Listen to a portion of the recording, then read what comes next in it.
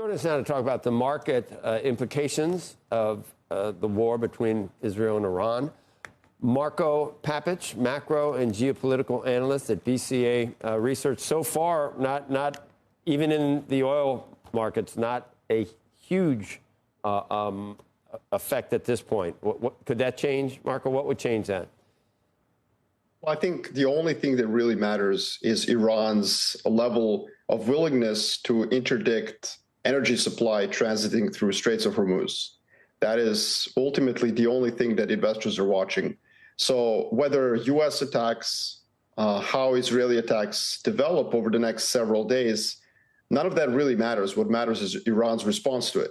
And so far, they have been very disciplined in their focus on retaliating just to Israel. They have improved their relationship with neighboring Arab states, such as Saudi Arabia, since 2022. And so their retaliation has not impacted in any way the Straits of Hormuz. If it does, though, the oil price move that we've had thus far is definitely not justified or sufficient, if you will, sufficient to account for that risk. What if the United States and President Trump does decide to enter by using American bombers and that bunker buster bomb to take out Fordo? Does that change what? I mean, I imagine Iran would take out all the stops at that point. So that's a big question, which is why President Trump is hesitating. Attacking Fordo would be a fairly limited entry of U.S. into the conflict. If the U.S. flagged to Iran that was pretty much it, we're going to destroy Fordo, and then we consider this matter over. Let's say that scenario happens. Iran still has to hesitate to attack Straits of Hormuz. And the reason for that is that the U.S. could then expand its attack in a very significant way. Think about what Israel is doing right now, merely with fighter jets. F-16s are not great platforms with which to deliver a strategic strike because that's not what they're designed to do. They don't carry as many missiles as strategic bombers, which the U.S. has plenty of.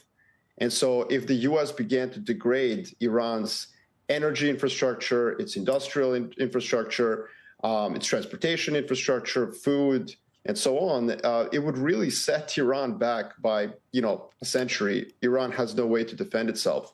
So even after an attack against Fordo, Iran still has to make a decision. And I would remind everyone that for 46 years that the Islamic Republic has existed, they've only once sort of dipped their toes into the Straits of Hormuz game. That was in 1988, and it led to the Operation Praying Mantis, in which the U.S. sunk a third of its navy and attacked its Karg Island energy export infrastructure in basically 72 hours. So the U.S. response would be so overwhelming if they took it to that level. You could almost call it a nuclear option. Amazing. I keep asking myself, what is Russia thinking? What's China thinking? We haven't really heard. There must be. We know what they're thinking, don't they? Don't you think that the United States is in contact and saying, look, this is what's happening. Israel's an ally. Does it not matter that much to Putin if Iran is able to proceed with its nuclear ambitions? Does he not care? Does China not care if its oil flow is disrupted? Or is it just not big enough to cause a major conflict with the United States for either country?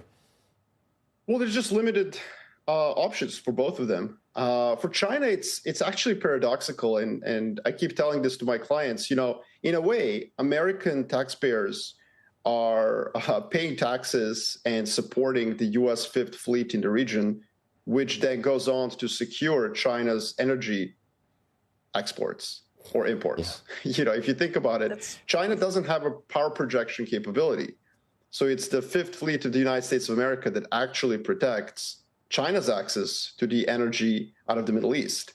And in that way, Beijing is not necessarily on the opposite side of the U.S. in this conflict. I mean, obviously, it would not like to see its ally Iran degraded to a point where it's a failed regime. On the other hand, it's really hoping that the U.S. sends a firm message to Tehran not to attack Saudi Arabia and its energy exports. On the other hand, when you mention Russia, I think Russia is in a very interesting situation. On one hand, any increase in oil prices obviously welcome in Moscow.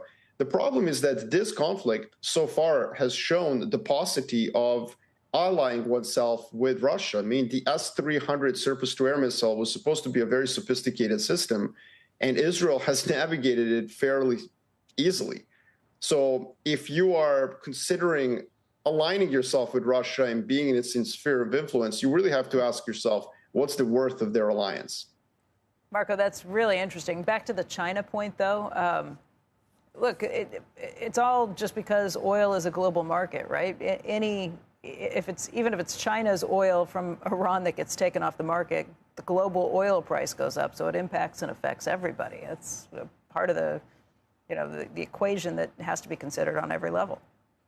Yes, and it's probably the most important equation for President Trump because, U.S. energy independence doesn't really matter at all. Oil is fungible.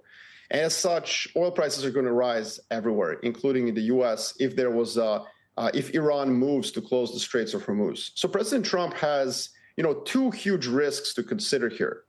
One, oil prices rise in a significant way, largely due to his decision to pile on with the attack on Israel, not tone down the tensions. And that would be a problem for his agenda on the inflation front, obviously.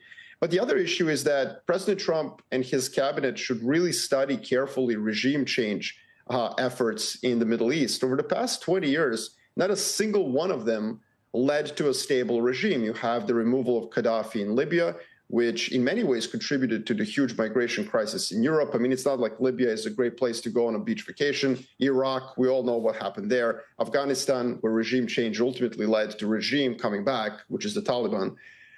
So when you consider that, weakening a state as large as Iran would be a huge mistake, potentially, because it would create a power vacuum. President Trump would have nobody to negotiate with anymore in Tehran, at least nobody that can be really identified.